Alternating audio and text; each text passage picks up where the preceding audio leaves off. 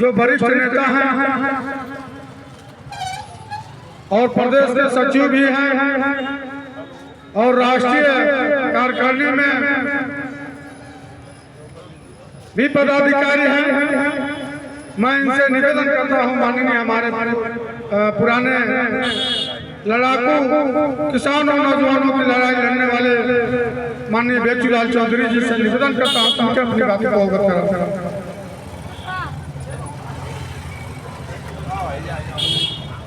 थोड़ा नारा लगाइए, बैठे हैं साथी कि गर्म हो जाए। इनकलाब जिंदाबाद, इनकलाब जिंदाबाद, मजदूर एकता जिंदाबाद, मजदूर एकता जिंदाबाद, किसान एकता जिंदाबाद।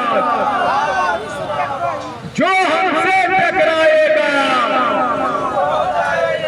जो हमसे टकराएगा, अभी तो ये लड़ाई है, अभी तो ये लड़ाई है। मित्रों, धरने पर बैठे गौरी बाजार शुगर फैक्ट्री के मजदूर नेता ऋषिकेश यादव के नेतृत्व में ये धरने का दूसरे दिन क्रम जारी है।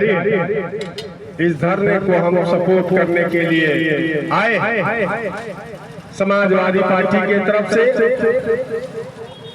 अपने नेता माननीय अखिलेश यादव जी के संदेश को देने के लिए कि उत्तर प्रदेश की सरकार ने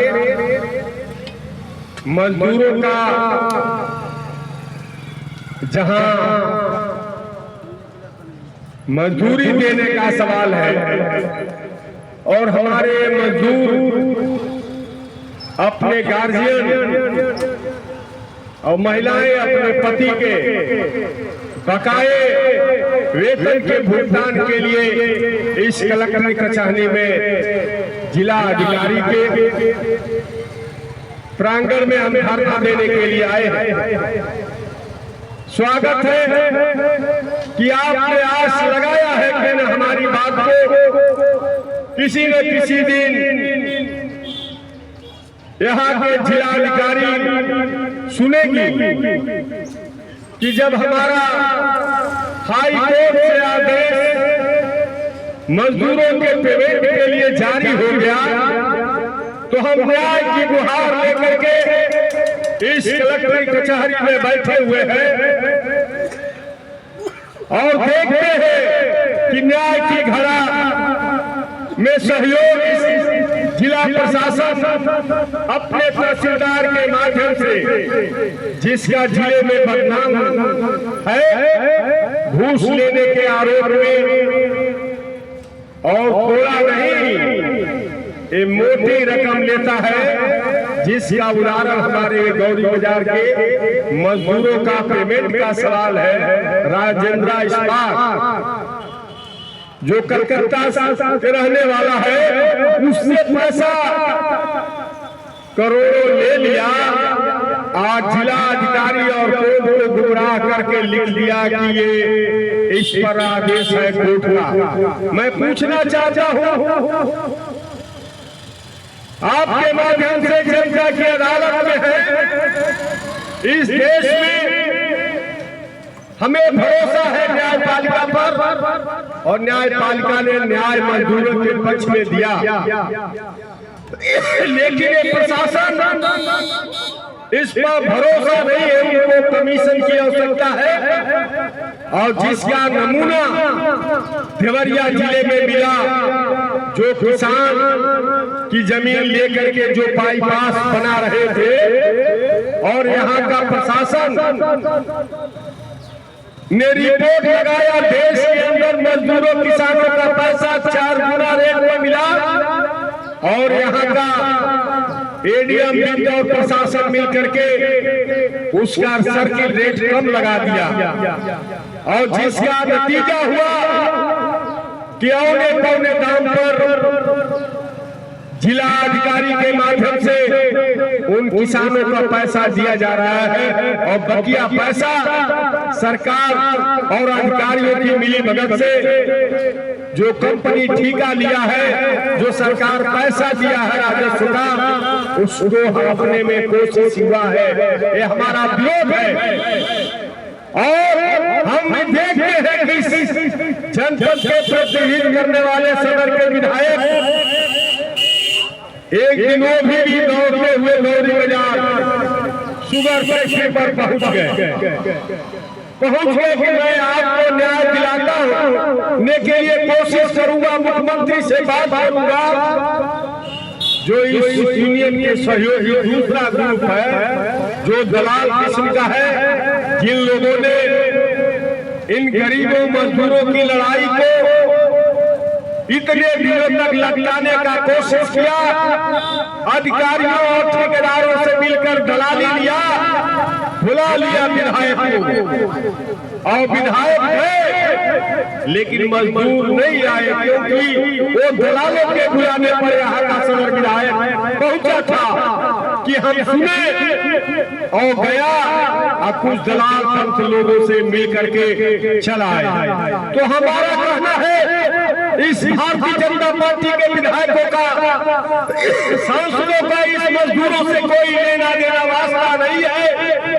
अगर वास्ता रहता तो उनके साथ सहयोग करा करके कुछ करना नहीं है। हाईकोर्ट के फैसले को मनवाना है जिलाधिकारी के माध्यम से और किसानों को न्याय दिला सकते थे, लेकिन इसमें भी दलाली करने का इनको भी आता है। इनके अंदर केवल देवरिया जनपद के अंदर खून खराबा कराने के सिवा इनके पास दूसरा कोई काम नहीं है।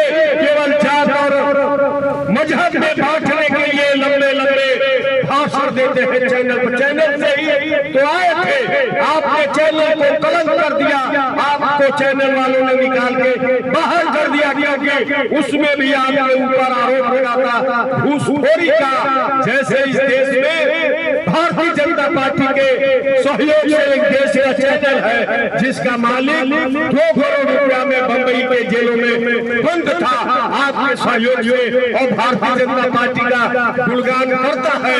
तो हम कहना चाहते हैं कि भारतीय जनता पार्टी का विधायक हो चाहे एमपी हो, उनको गरीबों से कोई लेना नहीं है। उनको जात और मजहब के नाम पर दिखावा करके गुमराह करते हैं और आपके गरीब लोगों के हक को लूटने का काम करते हैं। ये अभी चले जाइए बनारस विश्वविद्यालय में जो बेचू मदन मोहन मालवीय के नाम से जो विश्वविद्यालय उन्होंने चंदा लेकर के उस चंदे में किसान का भी, मजदूर का भी, अकलियत का भी पैसा लगा था। केवल जमींदारों राजाओं का पैसा नहीं लगा था, लेकिन 15 दिन से एक दलित का बेटा पीएचडी करने के लिए सक्षम है, लेकिन वहां का कुलपति जो संघी है वो ज्वाइन नहीं कराता है। कहता है कि हमारे इस विश्वविद्यालय में दलित का लड़का पीएचडी कर लेगा, डॉक्टर बनेगा, इंजीनियर बनेगा और आने वाले समय में अपने परिवार और देश का नाम रोशन करेगा। ये दलित का बेटा रोशन कैसे कर सकता है? एडमिशन नहीं किया है, वो भूख हड़ताल पर बैठा हुआ है। लेकिन उत्तर प्रदेश में योगी सरकार हो चाहे इस देश के मानव संसाधन मंत्री, आज के शिक्षा मंत्री, उनके कान पर जू नहीं रेंगता है। केवल इस देश में पिछले जो कौरा खाने के लिए जिस तरह से कुत्ता होता है उसको कौरा फेंकिए और पीछे पीछे पोस्ट फुलाते हुए उसके पीछे दौड़ता है। ठीक भारतीय जनता पार्टी का जो पिछड़ा नेतृत्व करने वाले लीडर है उनके पिछड़े और अकलियत और मजदूरों के हक को लूटा जा रहा है, लेकिन अपने हित और नाक और अपने संपत्ति को बढ़ाने में भारतीय जनता पार्टी के लोग जो पिछड़ी जात से दलित से बिलोंग करते हैं वो अपना विकास चाहता है, समाज में विकास का कोई वास्ता नहीं है। हम इस मजदूर के समर्थन में ये बात भारतीय जनता पार्टी के लिए, पिछड़े और दलित के नेताओं के लिए है कि दिल्ली में तुम्हारी दलित की संख्या 131 के लगभग है और पिछड़ी जातियों की संख्या 150 के लगभग है, और तुम्हारे बल पर लोकसभा के बड़े प्रधानमंत्री और गृह मंत्री चैलेंज करके तुमके मारे वाले पर तमाचा मारना है और तुम ताली बजाते हो, मेज दबा कर समर्थन करते हो। ऐसे नपुंसक जो राजनीति करने वाले भारतीय जनता पार्टी के जो प्रदेशों देश के अंदर पिछड़ी जाति के लोग हैं, बड़े लोग तो हमारी बात को सुनेंगे नहीं, सुनेंगे कह देंगे, लेकिन जब कहां कलम चलाना होगा वहां कलम नहीं चलाते हैं, वो कलम अपने समाज के लिए चलाते हैं। और इसी का देन है कि मजदूर कौन होता है, गरीब का बेटा होता है, किसान का बेटा होता है, वो मजदूरी करता है। अगर जमींदार का बेटा रहता तो क्यों शुगर फैक्ट्री में नौकरी करने के लिए जाता, रोजगार के गांव में शुगर फैक्ट्री में नौकरी करता है 10,000 15,000। और जब सरकार पूंजीपतियों के बल पर सरकार ने बेचवा करके पैसा कमीशन ले लिया और मजदूर हमारे 30 वर्षों के लगभग भटक रहे हैं, तब भी इनको रास नहीं आता है। ये भारतीय जनता पार्टी के राज में यही तो है कि इन्होंने लोकसभा में कब्जा किया, पूरे प्रशासनिक व्यवस्था में और संसद से लेकर बाहर भी और न्यायपालिका में भी इन लोगों ने कब्जा कर रहा है। जितना इस देश में संघीय है वो लोग जज बने हुए हैं, और अब तक तो आप सुने थे एक मंत्री थे, उनके बेड के नीचे से 3-4 करोड़ रुपया मिला था। रहता महतो की कौन थे, एक सरकार थी 30-15 बरस पहले की, उसमें उनके पेट के नीचे तो रुपया मिला था। लेकिन ये नहीं आप कहीं सुने होंगे कि इस देश के न्यायपालिका में जज है, इलाहाबाद, लखनऊ, दिल्ली में, और उनके जो स्टोर रूम है उसमें 15 करोड़ रुपया मिला। कैसे मिला? अभी तो इनका स्टोर रूम था, अलग से इनकी तिजोरियां होती है जो बैंकों में जमा होती है, उसमें पैसा कितना था।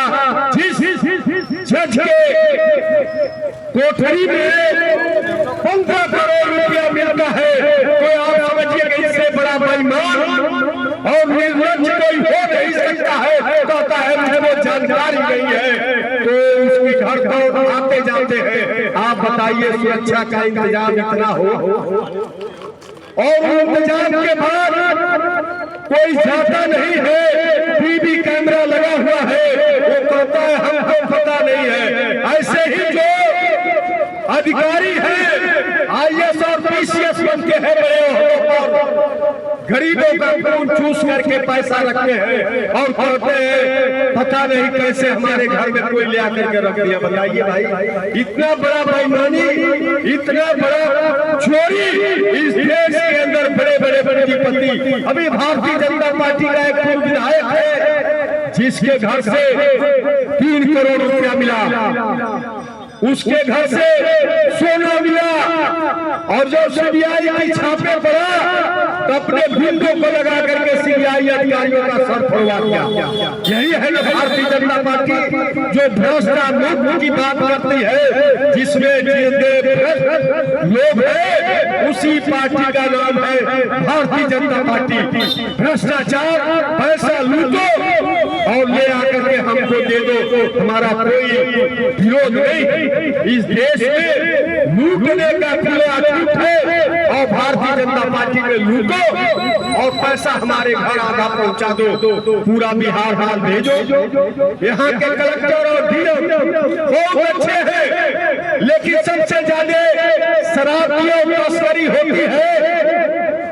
जो हमारे जिले के मंत्री हैं पत्थरदेवा साइड से और लाल थाने के इलाके से और भाट मार्केट खान पार के इलाके से तस्करी होता है शराब की, और चौगुना पैसा इस सरकार के अधिकारी कमाते हैं। और महीने में जब मीडिया कुछ लिखती है तो कहते हैं 2-4 गाड़ी को पकड़ करके चालान करा देते हैं। फिर वही काम इस जिले में लूटने का चाहे भारतीय जनता पार्टी के विधायकों के और मंत्रियों का और खुला लूट हो रहा है देश में। और इस प्रदेश के मुख्यमंत्री आंख मूंद करके देख रहे हैं कि हमारा मंत्री तो खूब लूट रहा है। आने वाले चुनाव में भारी भरकट से पैसा गांव की जनता के मुंह पर फेंकेगा और जनता हमको चुनाव जिता देगी। यही भारतीय जनता पार्टी का स्कीम है। इस स्कीम से बचना पड़ेगा। हम मजदूरों के समर्थन में आए हैं भाई। 2000 के मजदूरों के सवाल पर भाई ऋषिकेश के इस आंदोलन को समर्थन देने के लिए बहुत बहुत धन्यवाद। इस कचहरी प्रांगण में आए हुए सम्मानित साथियों का, बुद्धिजीवी वकील लोगों का सबका स्वागत है। जय हिंद।